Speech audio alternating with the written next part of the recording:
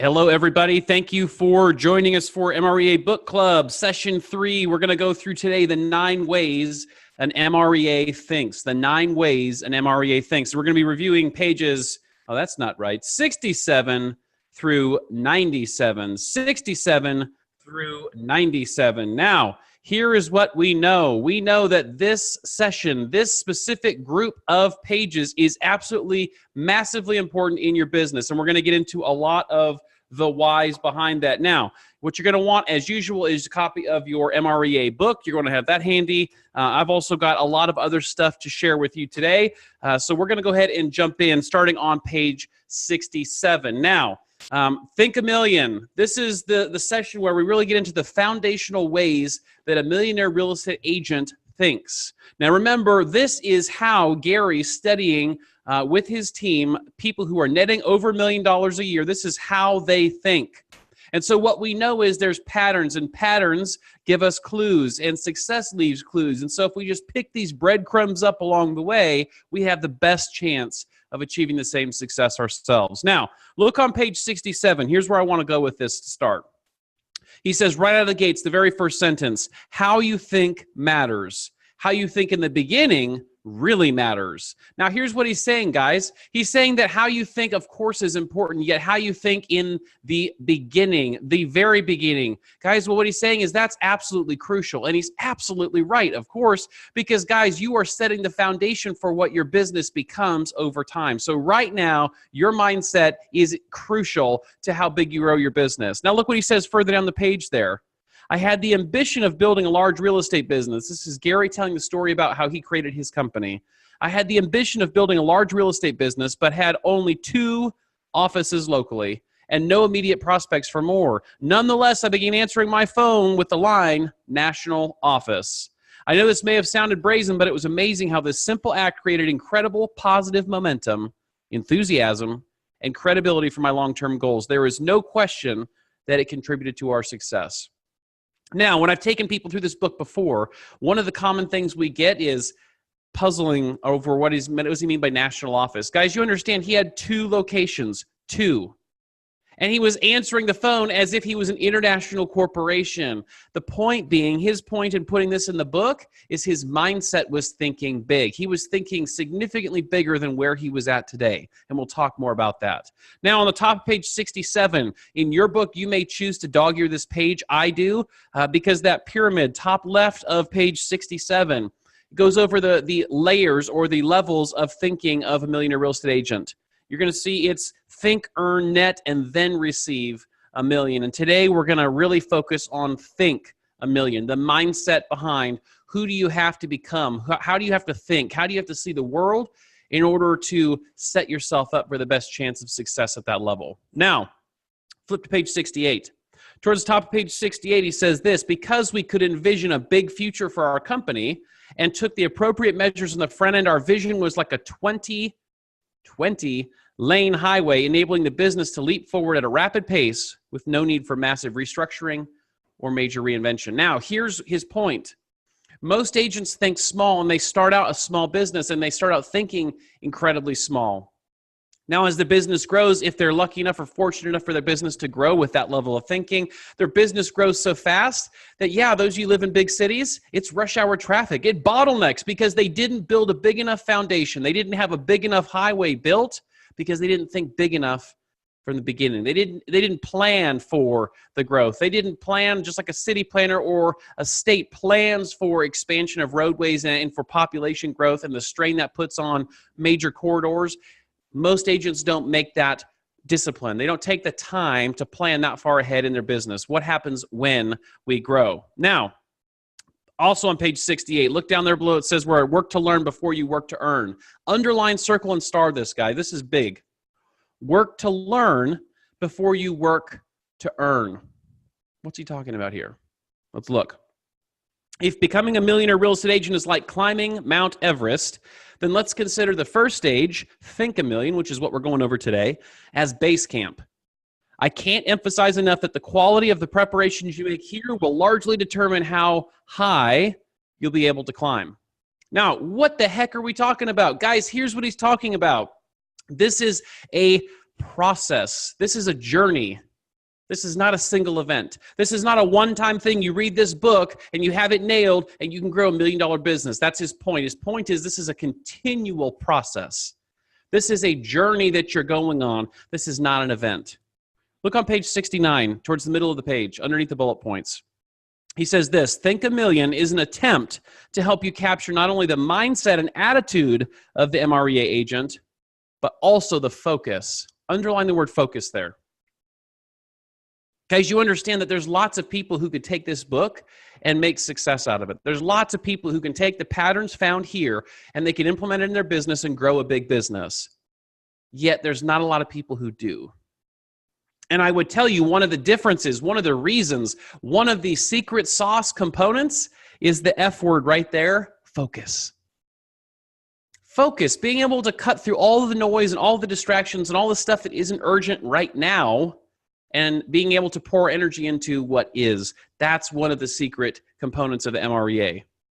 Now, a couple sentences below there, one of the biggest challenges we have, and he says, and I continually face this too, is overcoming the incredible urge to leapfrog the work to learn phase and go straight to the work to earn phase.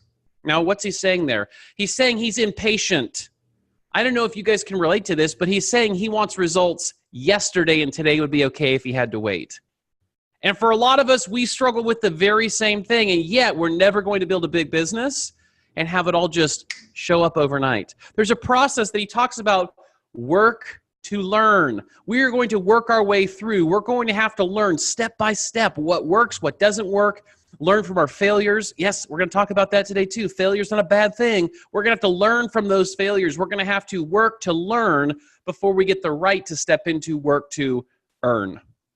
Now, further down that page, he says this, the work to learn process for an average surgeon, look how long he says, can last as long as 12 years. The work to learn process, meaning surgeons, when they go to school, it's a 12-year process. Now, if you're like me, you hear that and you're like, yeah, darn straight, because if they're cutting into me, they better be really good. They better have a lot of training, right? 12 years. However, as real estate agents, when we're building a big business, and oh, by the way, we have the opportunity to make more than that surgeon, we're building a big business, we don't want to wait 12 years. For some of you, when you read 12 years right there, the work to learn for 12 years, you just might have puked in your mouth a little bit. 12 years is a long time. I don't have 12 years. I don't want to wait 12 years. Yet his point is, guys, we have an incredible opportunity, yet we have to be willing to invest the time it takes in the work to learn stage if we want something to be sustainable. Right below that, he says, the real estate agent, on the other hand, comparing to the surgeon, well, we tend to pay our training on a credit card and expect to start earning income immediately. Now, that's not just Gary Keller. That's you. That's me. We've all been there. We're impatient people. Yet his point here in that section was we have to make sure to keep in context what it is we're doing and how much time we're giving it. And at the same time, those two included, what our opportunity is as a result. The opportunity is massive. Don't miss that. Page 70, towards the middle of the page. It says, truly aggressive people might at first think this is a waste of good selling or listing time. And he's talking about slowing down to learn. But the fact of the matter is, ready, aim, fire always wins in the long run over ready, fire, aim. Now, what the heck is he talking about here? Now, some of you, if he's talking about you, you already understand what he's talking about because you're laughing right now. Right? We know these people. These are the people that know exactly what should be done in terms of a process. Yet they don't want to wait, and so they're ready, fire, aim. Like, we'll worry about aiming after we pull the trigger and fire. And what Gary is saying is the discipline of waiting and aiming and preparing and learning will always pay off bigger and always pay off more sustainably than those who are impatient and just want to ready, fire, and then worry about aiming. Don't miss that component. Now, what I challenge you guys to do as we're going through this, yes, it's okay to write in your books. I challenge you in the margins of the book right here to write down in your business where you've been guilty of ready, fire, aim. You understand, we're not going through this just for fun. We're going through this to have impact on your business. So if you're not asking yourselves practical questions to the stuff that you're learning in this, you're wasting your time. So write in your book, right there by the ready, fire, aim, where in my business have I been guilty of this before? Or where am I currently guilty of this in my business right now. You understand there is a huge opportunity for all of us to learn from our failures, yet it doesn't do us any good. And we can't apply anything if we're not making notes and being purposeful and intentional about taking what we learned and making it work in our business. Now, page 71, this is really where he goes deep into the 9 ways the millionaire real estate agent thinks. And these 9 ways are absolutely crucial. From the beginning of Gary's career, he's used these 9 ways, and you'll hear him talk about it. He's used these 9 ways to evaluate how agents think and then be able to help them not only get past what their block is currently, but also somewhat predict what their future or their success might look like. Okay? So these 9 ways are critical. On the bottom of page 71, you're going to see this diagram. If this page isn't dog-eared and highlighted and circled and starred for you, it should be.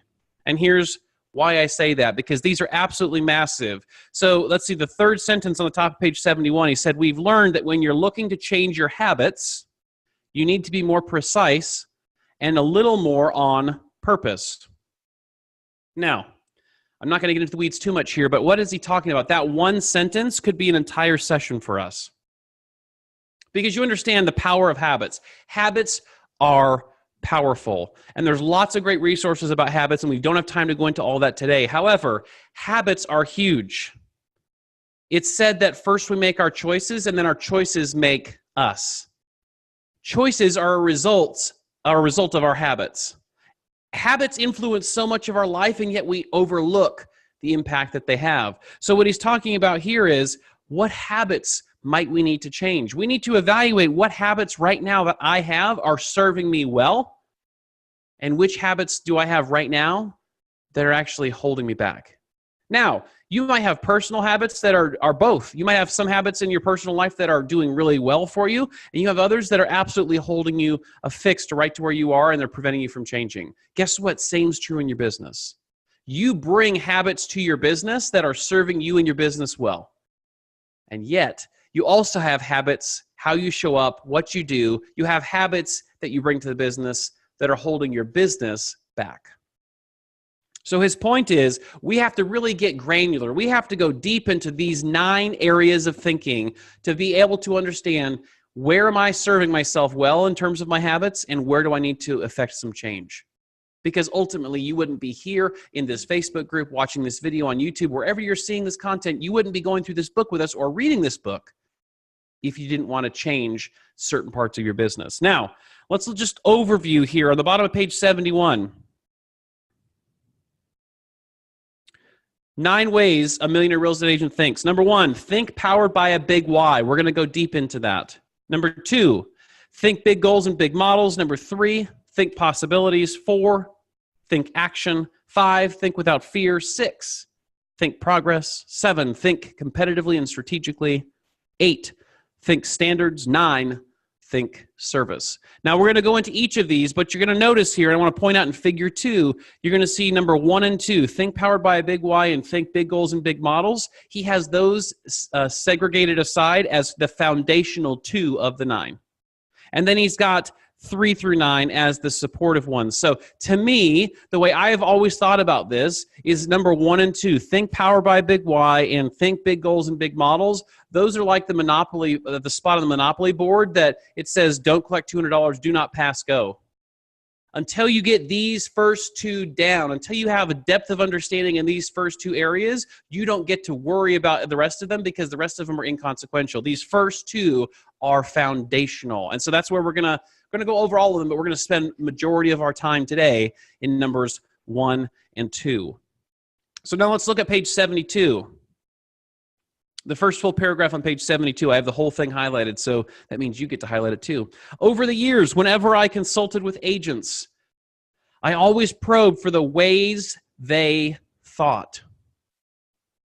Now, some of you right there, you're already lost. That's okay. Hang on with me and we'll come back to it. When they would tell me about their current production level, I wouldn't pronounce it as good or bad, but simply asked, underline the word asked, I simply asked how they felt about it. I asked them why they chose real estate and what kept them going. Before 30 minutes was up, I could usually identify at least one of the 9 ways that it evaded them. Now, here's what he's talking about. A couple of the key things here. First off, He always probed the way they thought. He was getting to wanting to identify the mindset. Now, if you guys have read Secrets of the Millionaire Mind, it looks like this. If you have not, I cannot encourage you enough to read it. At United Home Group, it was our book of the month here a few months ago. Guys, it is absolutely fantastic. Literally, I get nothing for saying it, but you can see dog-ear pages, highlights, underlines. I reference this book a lot. It's phenomenal.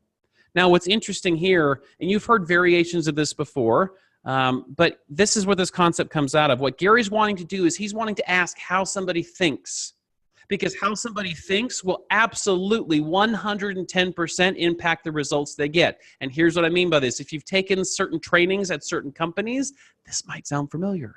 Okay? I want you to write this down. And if it's me, I would write it in the margin of your book on page 72. I want you to write, here, I'm going to show you. I want you to write this. Go ahead, right now. That's you. Just write these letters with the arrows pointing to them. I'll give you more time. Really simple. T-F-A-R. The T is our thoughts. Our thoughts lead to our feelings. Our feelings lead to our actions. And our actions beget our results. What Gary's saying here is how you think absolutely determines the results you're getting. And there's the formula right there. Your thoughts, how you think, how you see the world, how you process information, your thoughts lead to your feelings. And you've heard it said before that logic makes people think, emotion makes them act.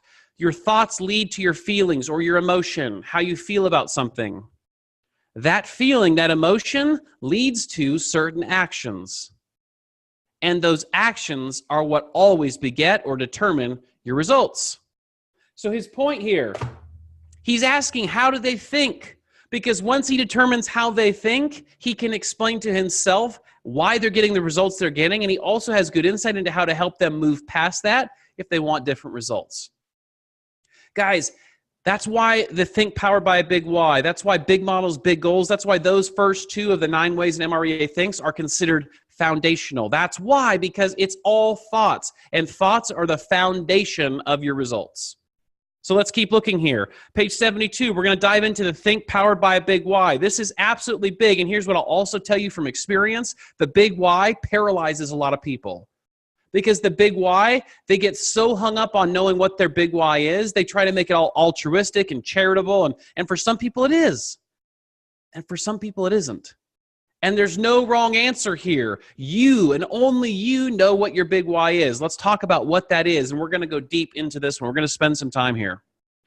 So on page 72, Think Powered by a Big Why. Here's what he says, second sentence under that section. The big why is about having a purpose, a mission, or a need that in turn gives you what? Focus. Underline that F word again, guys. It's an okay F word to say, focus. Big why drives you to and gives you focus. And without focus, we're all wandering aimlessly. Without focus, there's no hope of accomplishing anything good or great. Your big why gives you clarity and specific areas to focus on. Right below that, a great example of how a big why works in our lives is the day before a vacation miracle. Now, you read the book, but you all know exactly what he's talking about here. Now, let's just, of course, I'm not talking to you. I'm talking about the person next to you that's listening to this. Of course, I'm not pointing at you, but you all know that person, that one agent, the one single agent who has absolutely every reason to show up and work on a regular basis, and they do about 3/4. They give it about 75% effort. They show up a little past the time they should. They leave a little sooner than they should. They make a little less calls than they could. They do a little bit less than they should. And they have a really shitty life because they're shooting all over themselves, because they look at themselves and they say, hey, I should have done that. I should have done this. I should have done more. I should have been there. Yet they don't ever do anything to affect change. However, that same person who has a shitty life, they schedule a vacation. What happens the day before they're set to leave on their vacation? That same sloth of a real estate agent is a productivity ninja that day. They are a productivity ninja that day. The only difference is what their motivation is in the moment.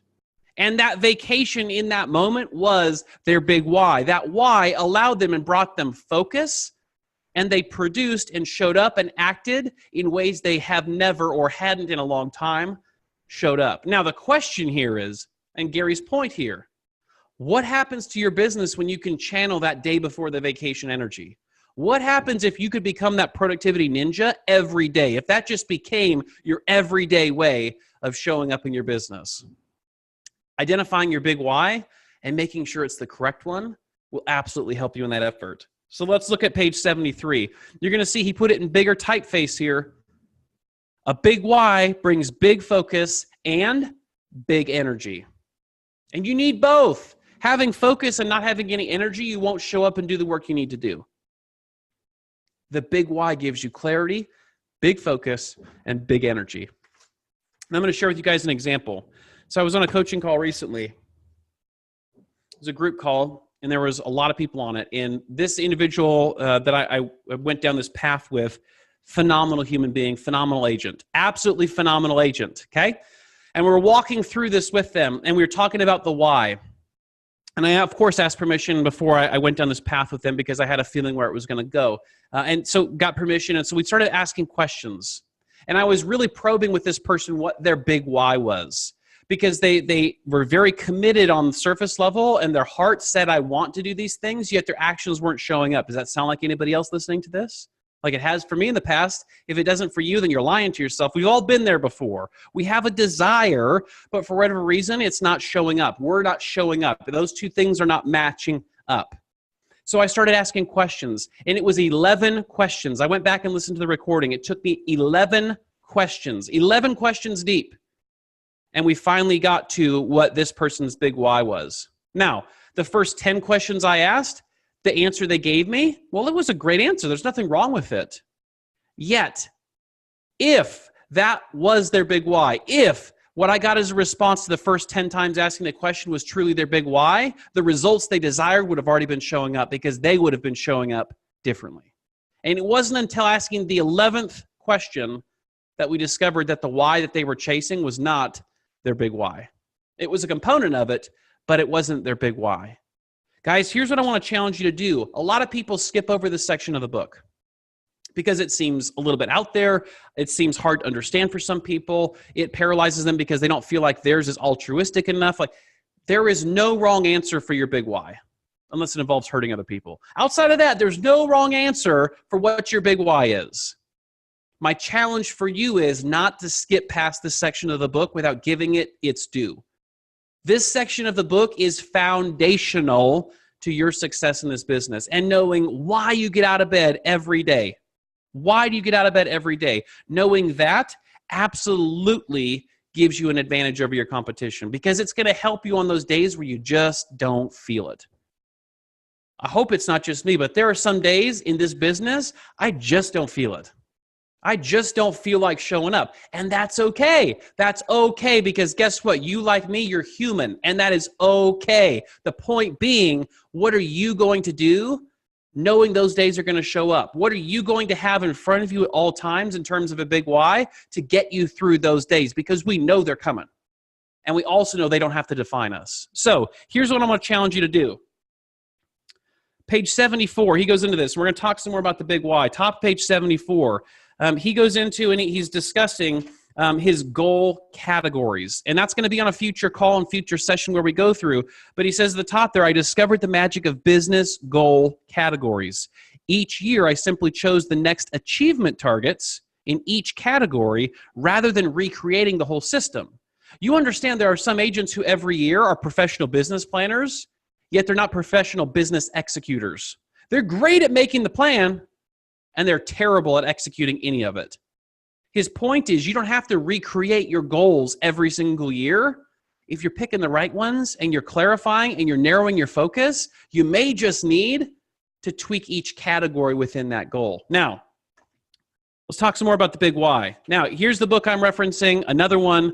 I get nothing for saying this, but The Compound Effect, Darren Hardy. If you've not read this, you need to. And yes, this is an MREA book club, and I'm going to share lots of other books with you because there's a lot of other great books that talk about and focus us in the right areas we need to focus on as we're going through the MREA book.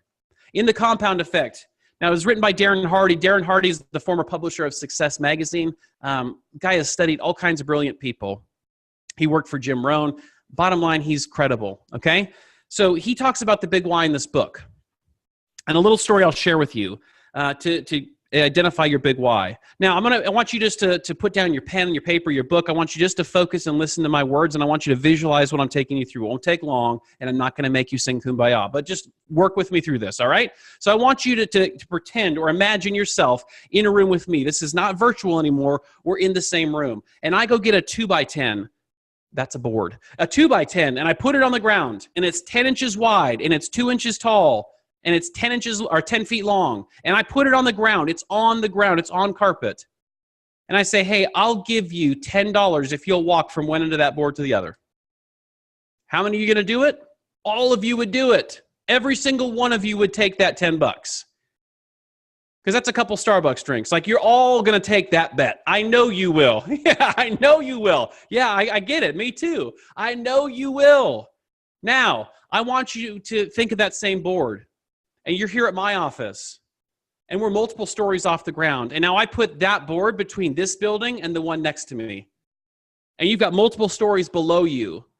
And I say, now I'm not going to give you $10. I'm going to give you 100. And I'll give you 100 if you walk across that same board between these two buildings. You think we're going to have fewer people doing it? All day long, we'll have fewer people doing it. There might be a couple crazies, but most people would look at that and they'd be like, nah, not worth it. Not worth it. If it's on the carpet, on the ground, absolutely I will. But up there, not going to do it. Now, same people, same board, same buildings, same height. I put one of your family members in the building next door and that building's on fire. That building is on fire, and your loved ones will perish if you don't walk across that board to go get them. Does the money even matter anymore? The difference is your motivation, aka your big why. I want you to write this down, and it comes from the compound effect. When you have a big enough why, it will pull you through anyhow.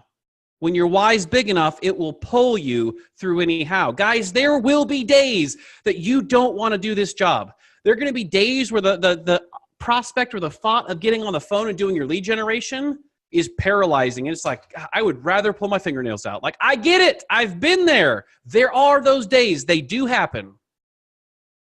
This is the reason it's so important to have a big enough why. When our why is big enough, it will pull us through anyhow. When your why is big enough, when you have those days, when you can sense a day like that coming on, and you have a big enough why, all it takes is looking at that why. All it takes is reviewing, why am I doing this? All it takes is going back through, why am I going through this how today? And it'll pull you through that how. It doesn't mean you're going to love that day, but you'll get it done. You'll do what needs to make it happen, and you'll show up the next day to do it again. Guys, when your why is big enough, it'll pull you through anyhow. Now, page 76. He says at the top here, and this is one I've had conversations with lots of mega agents in KW, being your best is actually a goal-less pursuit. You can never, ever really reach a point where you can truthfully say, I just can't grow anymore. Now, the reason he puts that in here is a lot of people de facto, when they're asked what their big why is or their big goal, they're going to say to become the best version of me I can be. Well, it sounds good. Probably is meant to be good. It's not facetious, but you can never achieve it. None of us ever arrive. The day we think we've learned it all is the first day of our demise. Like, we never get there.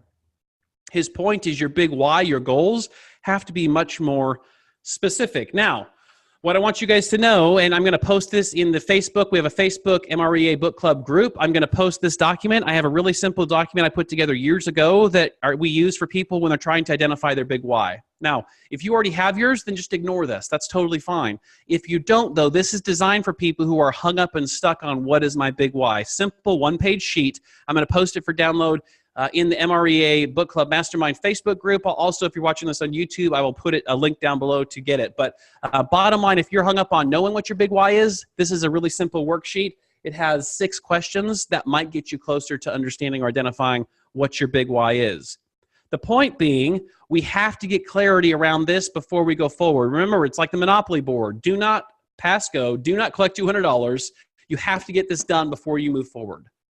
Now, it doesn't mean that might not change or evolve over time, but you have to have clarity and get a really good sense that you've identified what your real big why is before anything after this section will be able to impact you or make sense. Now, on page 77, you're going to see a diagram that he provides in the book that might help you identify that why too. Now, a couple things to point out. On page 77, you're going to see it's a lot of little whys. There's a lot of little whys that work their way up to a big why. And so what I would suggest, just a suggestion, if you're hung up on this and you're wanting to figure out what is my big why, I would map out all potentials. And that's his point in that diagram, all potential whys. Get everything out on paper, every possible thing that you can think might be your big why, get all of it on one sheet of paper. Then when you're assessing all the possible little whys, you should start seeing one of them rise to the top as the biggest, okay? So again, remember you've got a worksheet to help you here. You've got a diagram on page 77 to be able to help you. But this is really, really important, guys. For time's sake, we have to keep going, but your big why is absolutely crucial to your success in building a big business. Now look at page 78. Now we're looking at think big goals and big models. This is one of my favorites. Big one. At page 78, he says this: if you have big goals, then to reach them, you'll inevitably begin a quest for big models. A little further down, the power behind having big goals is really about the power of acquiring big habits by beginning with the end in mind. The professional habits you build will either empower or restrict you. Now, here's what I want to tell you. Here's really where I want you to go with this and what I want you to understand on this section and what I believe Gary's wanting you to understand as well. Look at that. The power behind having big goals is really about the power of acquiring big habits. Again, we come back to this habits word. Now, small people play small, think small, act small. People who are destined for greatness, big people who want a big business, they think big, they act big, and they have to have big models and systems. They have to have big habits. They have to come in like Gary did, answering the phone for 2 offices and answer the phone as national office. That's thinking big, right? Where in your business have you been thinking small? I want you to write this stuff down. I'm asking these questions. Write it in the margin of your book. Where in your business have you been thinking small? What areas of your business have you been thinking small? Because small thinking does not serve you if you want to build a big business, okay? So we have to really go introspective. We have to really think through our own experience. What's showing up right now? We have to be really honest with ourselves. Where am I thinking small? Where are my habits too small? Where do my habits not line up with somebody who's an MREA? Because if that's really what I want, I have to have big habits. Further down there, he says, big goals are about reaching for your true potential. Now, a real quick story about potential, because I get argued this. I got this argued with me when I was teaching a business planning clinic last year. I think it was in Seattle. I don't remember what city it was in. We were talking about potential, and this person was arguing with me that they'd reached their potential and they were absolutely sure of it. And it was not a victim conversation. They were just dead set sure that they had been able to identify what their potential was. And so here's the exercise I had everybody do. And if you're watching this, you can do it too. Nobody's watching you. But you can do it too if you choose to. But I had everybody in this room. There were about 120 people in this room. I had everybody in the room. I said, okay, put your hands up. And they put their hands up like this. I said, okay, put them a little higher. And they put them a little higher. I said, okay, now get them as high as you possibly can. And they put them up.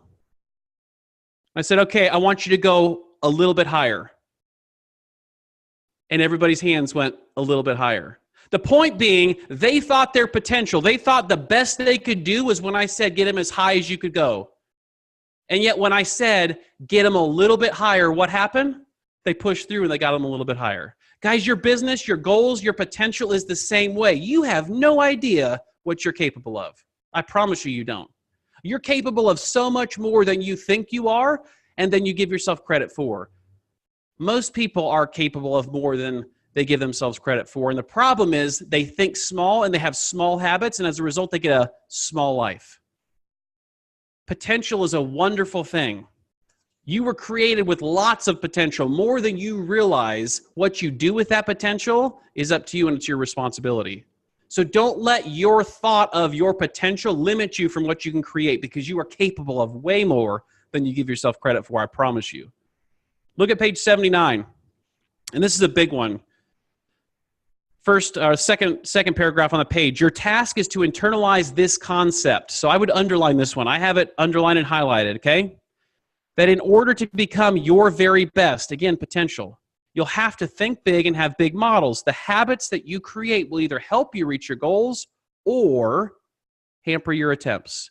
Warren Buffett points out, and this is a big one, I love this quote. Warren Buffett points out that most people discover too late that the chains of habits are too light to be felt until they're too heavy to be broken. I want to read that again because this should speak to you. The chains of habits are too light to be felt until they are too heavy to be broken. Meaning it doesn't just happen suddenly. It is gradually and then suddenly. Your bad habits catch up with you. Let's think of it this way. If I ate a full bag of Doritos every single day, every day I ate a whole bag of Doritos, or you did. By the end of 3 days, are we going to notice a significant change in our appearance? Probably not, right? It's gradually. However, if I continue that same habit of eating an entire bag of Doritos every day, by the end of 3 months, am I going to see the result or the impact that habit's having on my body? By the end of the year, am I going to see even more impact of that habit? Guys, it is too light to be felt until it's too heavy to be broken. What habits in your business right now are not serving you well? For some people, it can be little things. And for most people, it is. Again, it's too light until it's too heavy. It's little things like, what time am I coming to the office? Am I coming in at the same time every single day?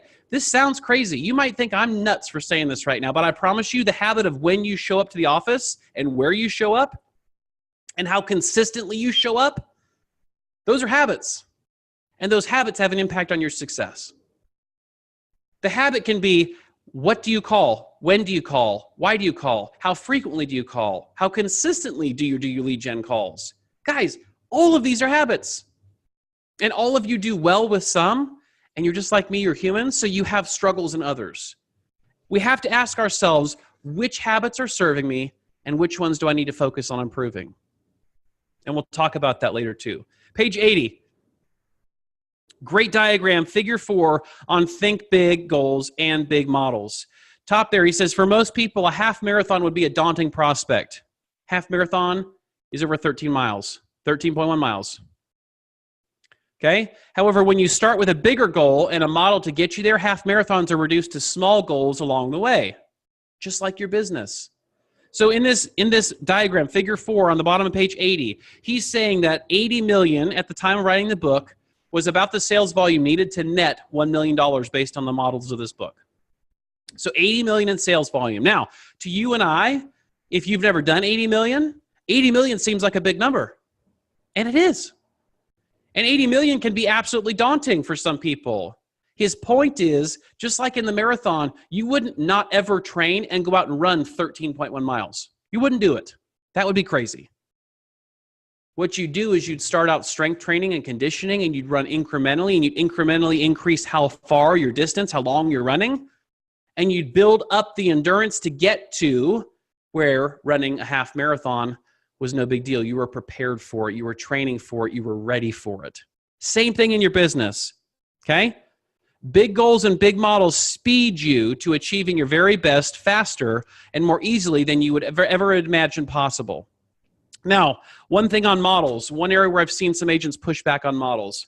Remember a couple sessions ago, we went over creativity, the foundation of putting creativity on top of or as the foundation instead of models. And Gary talked about the dangers of that we should actually have a business with a foundation in models, and we don't get to creativity until we've mastered those models.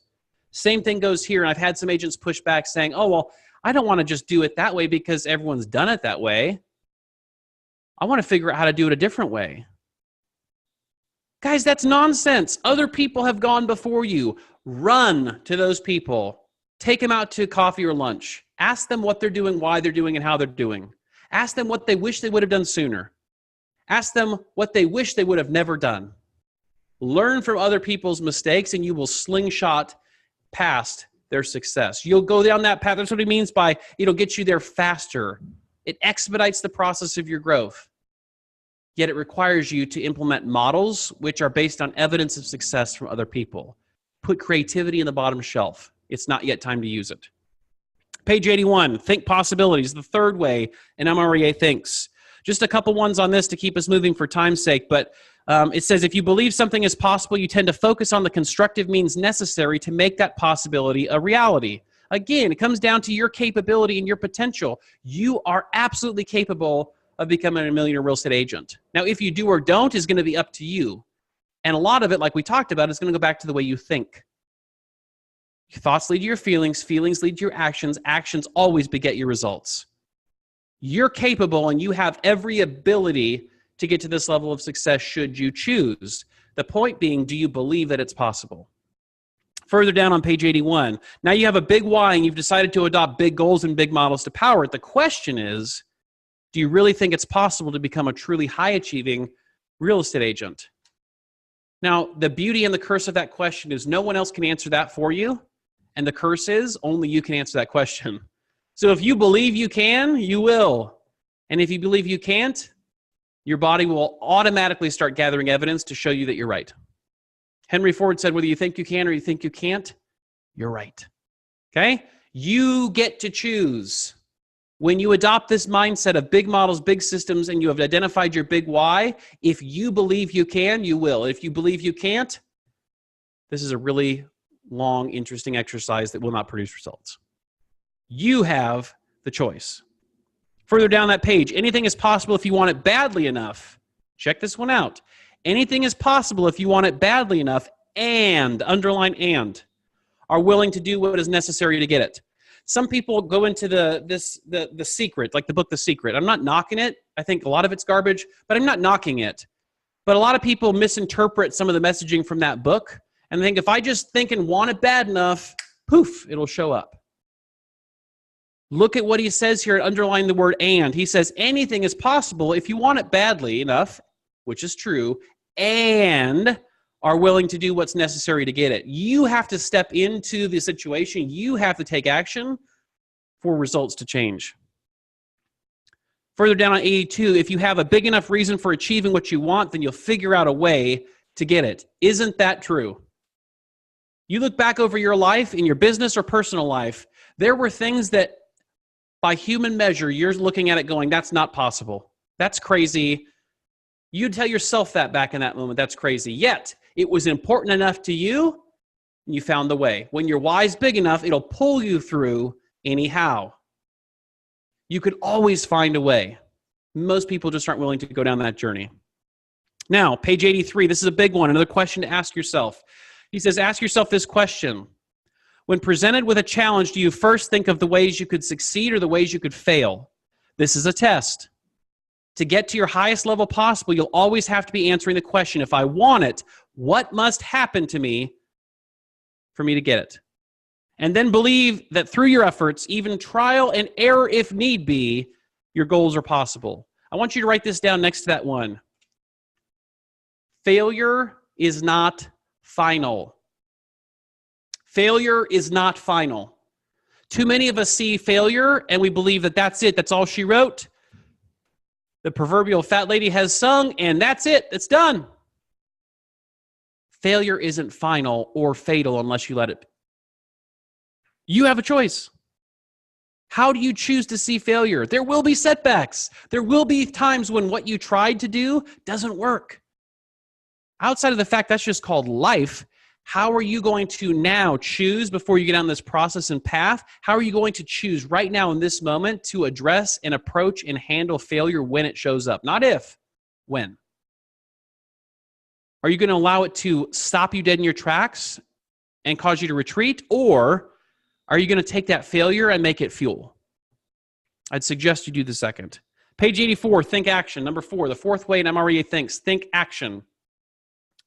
He says, middle of the page, possibility thinking must be followed by action for those possibilities to have the chance of being fully realized. Again, it's not enough just to want it and to think about it all the time and to meditate on it and think that the quote unquote universe is just going to bring it to you. That's hogwash. You have to move. You have to act.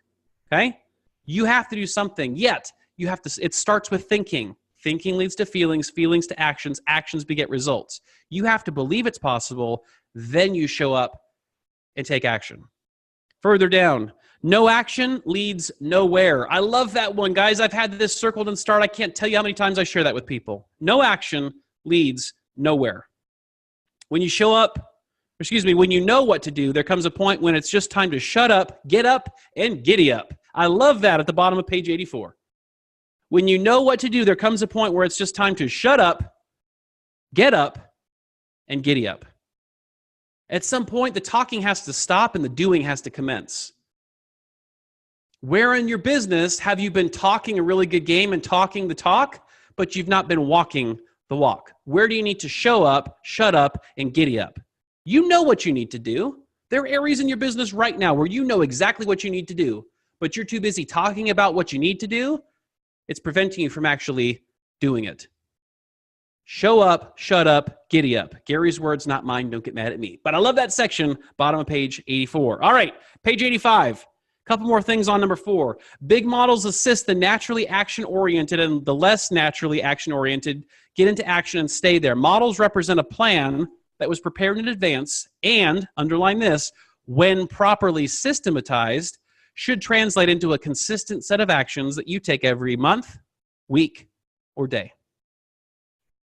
This is why Gary's famous for saying, and he said it multiple times, success is simple, not easy. Success is simple, not easy. What he means by this is this very thing. It's not without hard work, but it's also not complicated. Success is simply the repetition of the fundamentals. He's also said success is incredibly boring. The reason for it is because to be successful at a high level, predictably, it's doing the fundamentals. It's doing the same things regularly and consistently over time. And that's not sexy and flashy and cool and hip and new. Yet the money you make from doing it can buy you things that are. All right? So I want you to keep that in mind. Now, number 5, think without fear. Now, I want you in the margins of this right here, I have it in mind from when I first heard this. I want you to write down what FEAR is the acronym for. If you've been with me for a while, you're in my circle, you've heard me say it before. It's not I didn't create it, but I say it all the time. FEAR is an acronym for false evidence appearing real. False evidence appearing real. What we know is most times, more times than not, what we're afraid of in the moment never actually comes to pass. So what do you do when fear shows up? Do you allow it to stop you in your tracks, or do you put it in its proper perspective, take captive the thought, and move past it? Again, that choice is yours. The choice is absolutely yours. What are you going to do with it? Now, page 86. He says, the good news is that setbacks along the way do not represent total failure and should never get in your way unless you, what? Allow them. Again, it comes down to right now, you making a decision, how am I going to handle and respond to setbacks and failures? Am I going to make them fuel to drive me forward and keep me moving? Or am I going to allow them to stop me? Edison failed 10,000 times getting the light bulb. Yet the one thing he was really good at is taking failure and setbacks, putting them in proper perspective, and turning them into fuel to keep him driving forward. Thank goodness he did, because I kind of like lights. All right? Bottom of 86, the only time you can't afford to fail is the last time you try. If you don't have that underlined and highlighted in your book, something is wrong with you. The only time you can't afford to fail is the last time you try. Every other time, you absolutely can afford to fail, because failure means you're moving forward and you're getting closer to your goal. You're figuring out what isn't working or what won't work on the path of finding what will. You just got to keep moving. I posted a quote on my Instagram the other day from Albert Einstein. He said, life's like a bicycle. You just simply have to keep moving. What happens if you're on a bike and you don't keep pedaling? You fall over. Same thing in life, guys. So are we allowing failure to knock us off our bike? Or are we going to just keep moving forward? The choice is yours. Page 87, number 6, the 6th way an MREA thinks. Think progress. Bottom of that page. If a scientist tells you the odds are 1,000 to 1 against you achieving a particular result, they're also saying that if you attempt it 1,000 times, you're guaranteed to achieve that result. Now, if you've seen the movie Dumb and Dumber, that's what it makes me think of. So you're saying there's a chance. Guys, this is the point. How do we choose to look at this? Because a lot of us would look at that, hearing somebody say it's 1,000 to 1 odds, and we'd be like, see, told you, not going to do it. It's not going to work. It won't work. Yet some other people who choose to see life differently would look at that and go, perfect. All I have to do, i.e. Edison in his light bulb, all I have to do is find 1,000 ways it won't, and I'm guaranteed to find the one that will. Which way do you choose to look at it? Look at the top of page 88. Progress is about quantity and repetition. Success is in the numbers. The person who won't quit can't be beat. The problem for you and me is most of the time we quit too soon. Page 89, the seventh way an MREA thinks. Think competitively and strategically. Now, he talks about, in the middle of this section, he talks about playing the board game Risk with his son. If you've played Risk, you know what he's talking about. If not, it's like a world domination war game, and you have to think strategically multiple moves ahead, and it's a really fun game. But he says this, he said, if he's talking about his son, if everyone, even the sweetest child I know, meaning his son, John, is capable of this level of competitiveness, why don't we all apply the same level of strategic thinking and competitiveness to our careers? Whether it's Risk or any other game, you show up in some other area with more strategy thinking, strategic thinking, and competitiveness there than you do in your business, I promise you. What happens when you figure out how to channel that energy, that focus, the strategic thinking, the competitiveness? What happens when you take that energy and focus it inside your business? Because your world changes. And that's his point. Page 91, first full paragraph. Treating it like a game is also about learning to think strategically. The problem is that most real estate agents can't distinguish between rules, how you play, and strategies, how you win. That's a big one, guys. Because a lot of times I've heard agents come back from events or trainings or masterminds or what have you, and they're filled with all the reasons why, oh yeah, that's great, but it won't work in my market. That's great, but it won't work here because the rules don't allow it. What Gary's saying is that's hogwash. It may be different in how you roll it out in your market. It doesn't mean it can't be done.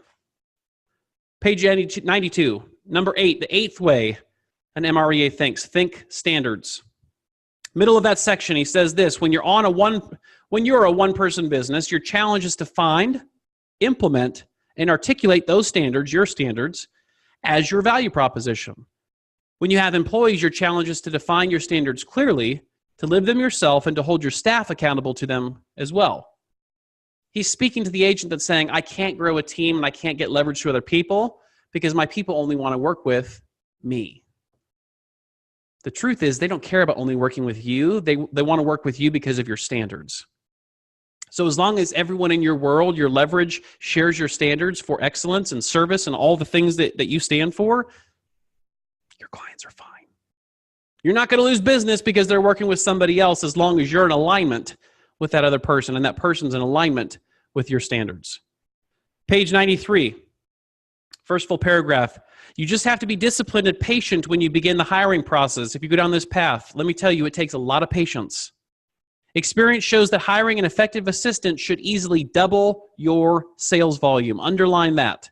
Double your sales volume. Now, this doesn't matter whether this is an assistant. It doesn't matter whether it's a tool. Any form of leverage. Remember, leverage is people, systems, and tools. Those are the 3 types of leverage. He's using the assistant example here. Any form of your leverage should produce a big return. And if it doesn't, you either have the wrong kind of leverage or you're not holding it accountable enough. Bottom line, though, when I bring in leverage into my organization, I should see an impact, a rise. The boat should rise. The tide should rise. And if not, I'm just trading dollars for dollars. Okay, and that's not a good place to be. Last paragraph of that section. So when it comes time to grow your business through people, you'll have to clearly articulate and enforce your standards from the beginning. High intention deserves high attention. And then you must regularly inspect what you expect. Highly successful real estate agents think standards for themselves and everyone around them. Huge component, and we'll go into more of that when we get at the organizational model. Now, bottom of page 93, the ninth way, and our final way, an MREA thinks service. And this is big. We're going to wrap our time here because this is definitely something we all need more of. Virtually every top producing agent we have ever worked with has a deep and almost inherent sense of service.